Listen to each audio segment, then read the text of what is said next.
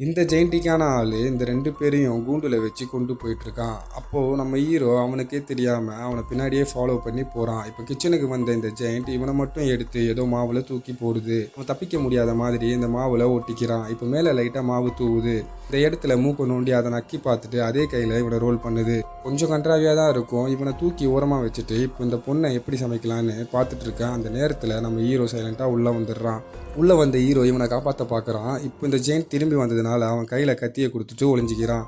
இப்போ குச்சியை வச்சு லைனாக குத்திட்டே வருது. அப்போ ஜஸ்ட் மிஸ்ஸில் இவன் தப்பிக்கிறான். இவனை அப்படியே அலைக்கா தூக்கி நெருப்பில் வச்சதுக்கு அப்புறம் கொத்தமல்லி மாதிரி ஏதோ எடுத்து வெறித்தனமாக வெட்டிட்டு இருக்கு இந்த ஜெயிண்ட் இப்போது இந்த பொண்ணை வெறியாக ஒரு பார்வை பார்த்து அப்படியே அலைக்கா கூண்டில் இருந்து இந்த பொண்ணை வெளியே எடுத்து பீஸ் பீஸாக வெட்டுறதுக்கு பார்க்குது. அதுக்குள்ளே ஹீரோ எப்படியோ மேலே ஏறி கத்தியை பொறுமையாக எடுத்து ஒரே குத்து முதுகில் குத்தி இறக்குறான்.